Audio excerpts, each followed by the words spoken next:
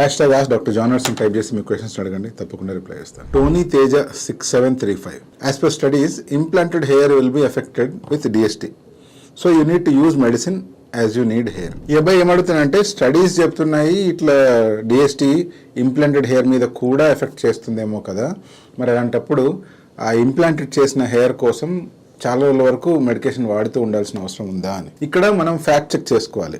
నిజంగా స్టడీస్ ఏం చెప్తున్నాయి అంటే ట్రాన్స్ప్లాంట్ ఎప్పుడైతే మనం చేస్తామో సేఫ్ డోనర్ ఏరియా నుంచి మనం హెయిర్ని ఎప్పుడైతే స్కాల్ప్ ఫ్రంట్ భాగంలో కానీ పైన కానీ ఎక్కడ ఇంప్లాంట్ చేసినా కూడా డిహెచ్టీ అనేటువంటిది వాటిని ఎఫెక్ట్ చేయదు. అలా కాకుండా సేఫ్ డోనర్ ఏరియాను దాటి కొంచెం పైనుంచి కావచ్చు లేదా కింద నుంచి కావచ్చు మనం హెయిర్ తీసినట్లయితే అది మనం ఎక్కడ ఇంప్లాంట్ చేసినా కూడా డిహెచ్టీ దాన్ని ఎఫెక్ట్ చేసే అవకాశం ఉంటుంది. సో అటువంటి వెంట్రుకలకు కానీ లేకపోతే మీ సొంత వెంట్రుకలు ఏవైతే ఇంకా ఉన్నాయో, ఏవైతే ఫాల్ అవ్వడానికి రెడీగా ఉన్నాయో, లేదా మీ వంశపారంపర్యంగా ఆ ఏరియాలో బాల్నెస్ వచ్చే ఛాన్స్ ఉందో అటువంటి వెంట్రుకల మీద డిఎస్టీ యాక్టివ్గా పనిచేస్తుంది కాబట్టి వాటి కోసం మెడికేషన్ వాడడం కంపల్సరీ అయిపోతుంది.